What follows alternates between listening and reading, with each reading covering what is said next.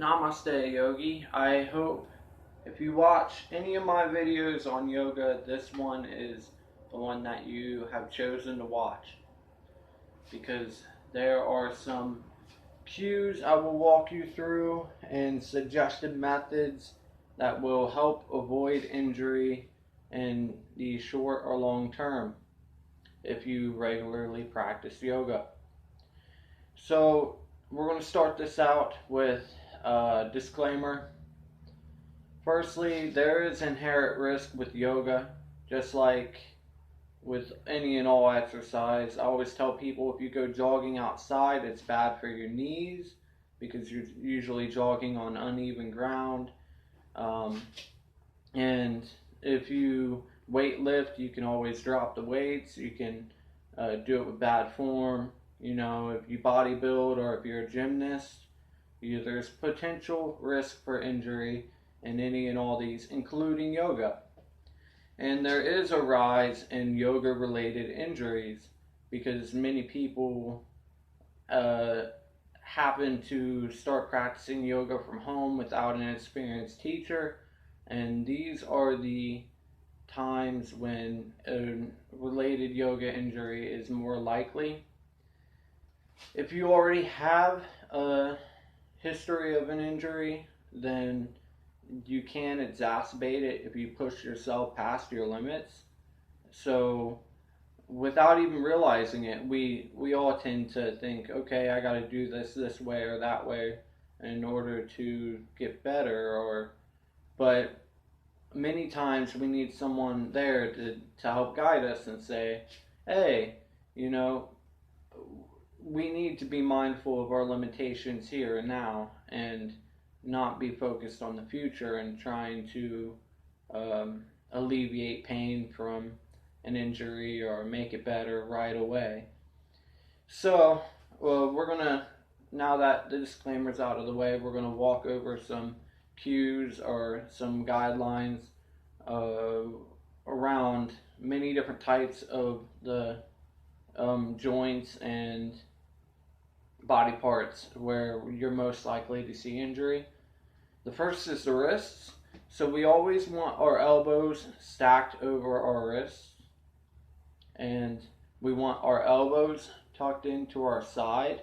Let's say if I went into a handstand, I wouldn't want my elbows out here during the handstand because that could lead to an injury very easily. We want our elbows tucked in close to our side. And then we got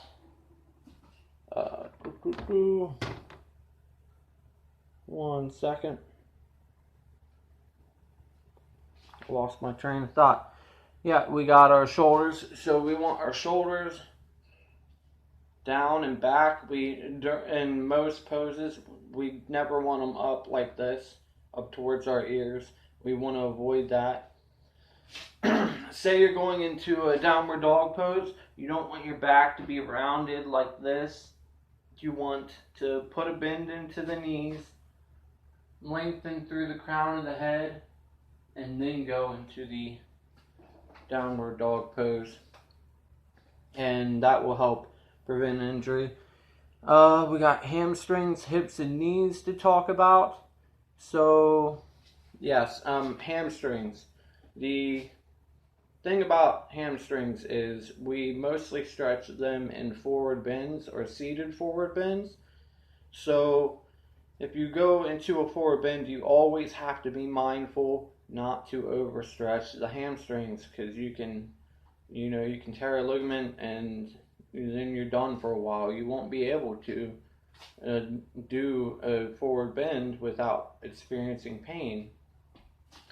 And then, yes, the hips, we always want to avoid overextending the range of motion of our hips. So everyone has a ROM, and our range of motion is important to be mindful of too, because if we try to go beyond our own boundaries, we got to meet ourselves where we are at that day on our mat. And if we go over our own boundaries, then we're always prone to exacerbate an injury or create one. And finally, we have the knees. And flexibility really begins with the hips, but we can very easily and hurt our knees. And the main thing I want you to take away from knee poses is, say I got into a hero's pose, which is just down on the knees, feet outward. We don't want all our weight bearing on our knees. And we can also always use props and modifications. So we can kneel on a blanket if necessary, or a pillow. And we should keep in mind that we can also put some of our weight on our toes in broken toe pose while in heroes, which is what I typically do, unless the next form that I'm taking would be counterproductive to that.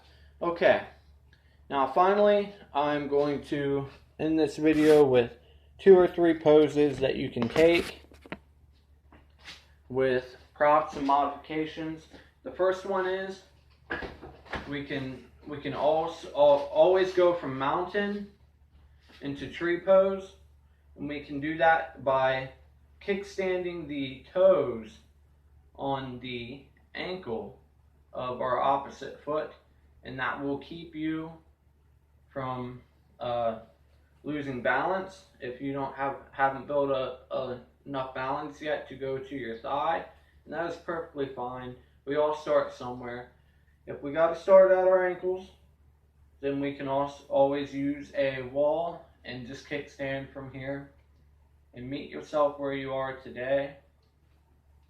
And then I gotta bring the camera down. There we go. Let's say you wanted to take a child's pose. You can always use a blanket while in child's pose. And this is a great pose for beginning yogis because there's not much risk to injury anywhere other than the knees and maybe the wrists or the hips. But if we use a blanket, we're less likely to feel tension build up around our lower body. And let me think. Yes, there was one other pose I was going to teach with a modification to help prevent injury, and that is if we go into a low lunge, we can also use the blanket as a prop there too. And just be mindful of our range of motion and not to overstretch the low lunge. We want the knee to stack up with the foot, not the top of the foot, but more or less the ball of the foot.